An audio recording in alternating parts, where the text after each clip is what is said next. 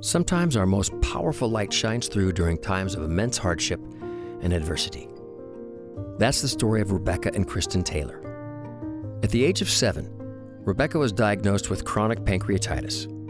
After 1,500 days in the hospital, 140 surgeries and 7.5 organs removed, Rebecca was all too acquainted with pain.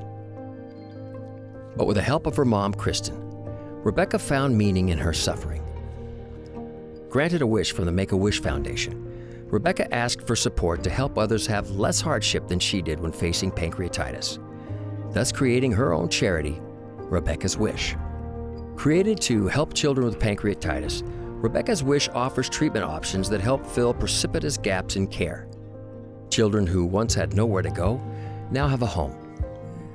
And by partnering with the National Pancreas Foundation, Rebecca's Wish is able to reach even more pancreatitis patients, creating Camp Hope, where young patients from across the country come to take part in camp activities that allow them to bond and build friendships in a safe setting.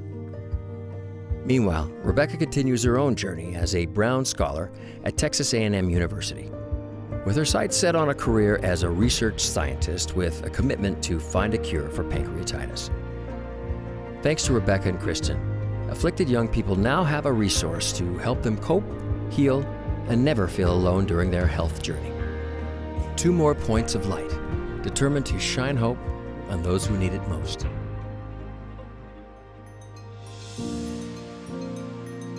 Please welcome the George H.W. Bush Points of Light Award honoree, Rebecca and Christyn Taylor.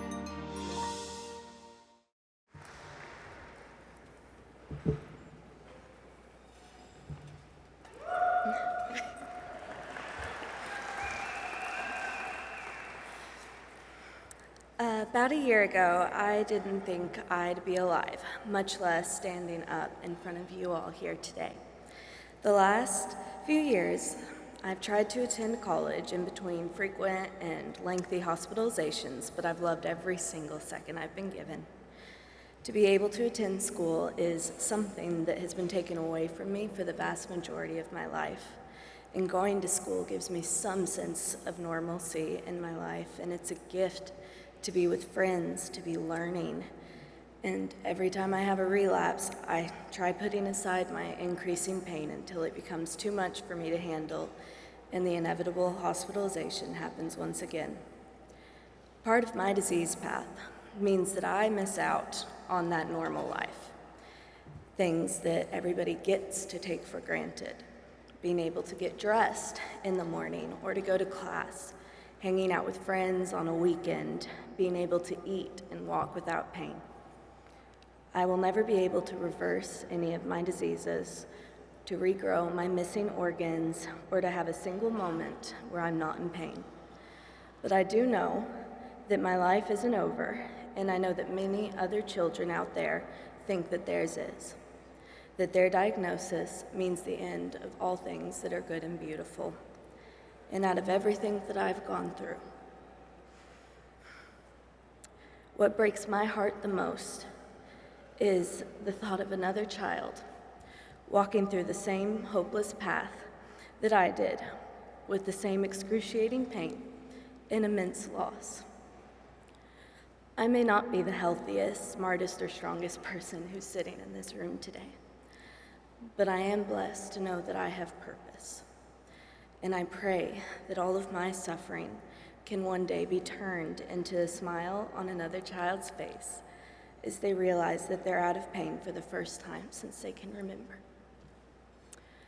And that's why I do what I do, to have the patients who spend 3 hours on the phone with me, scared and afraid of what's coming next, to see the patients at camp get to experience being a kid for the first time in their short lives, to have the honor of knowing so many brave souls who have to fight every waking moment, not just to live, but to have a place in this world, to know that they can be greater than their disease.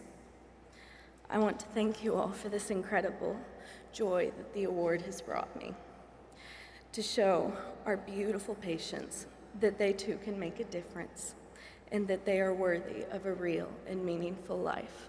Thank you.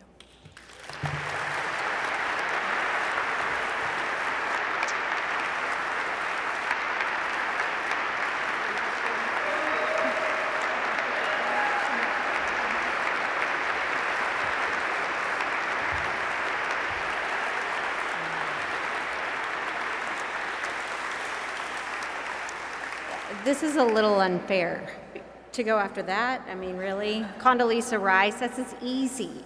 Shouldn't have a problem at all talking. And I just want to say that had we known that John Stamos was up for a Make-A-Wish with Rebecca in Disneyland, things might look a little different today because, I mean, that would be a good option. I want to thank everybody.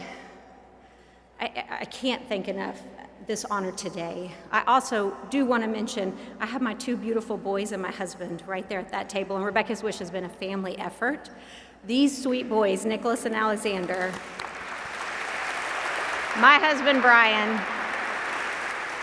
they actually got to participate more when we were in the hospital with Rebecca of the care of the other children around us than any of us, because they would show up at the hospital with us and then go find all the foster children, all the children were left alone in the hospital, all of the Ronald McDonald House children that didn't have somebody else, and they went and served them relentlessly. And it's because they knew what suffering looked like from their sister, and they didn't want another child left alone. And they have been precious and wonderful through this, so I honor them today as well with this award, and I thank them.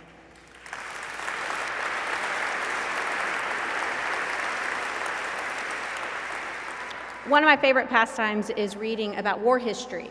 Makes sense. I'm in the middle of like a war zone in the hospital, right? You would think maybe I would come up with a lighter reading pastime. My grandmother loved Harlequin novels. I never really got into that, but I probably should have because it's a little less intense than war history.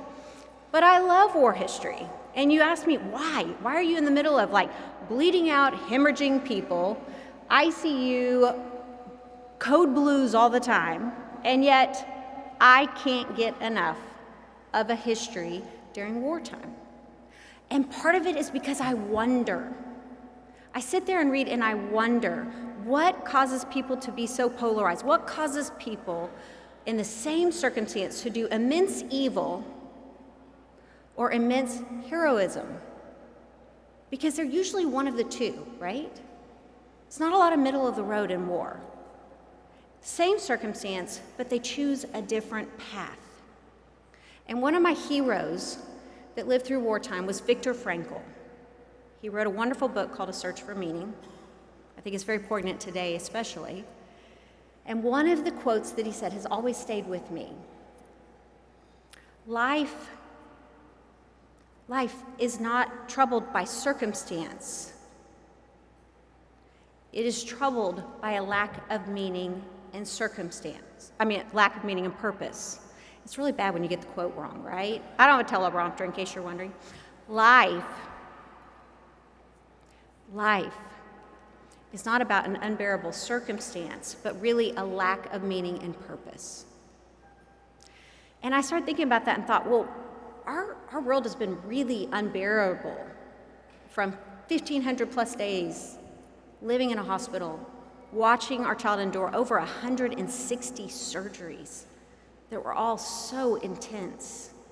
That could be considered unbearable. But we couldn't change Rebecca's situation. We couldn't do anything about it. We couldn't heal her pancreas magically. It's in a trash in Minnesota after a transplant. All we could do was learn and grow from her disease path.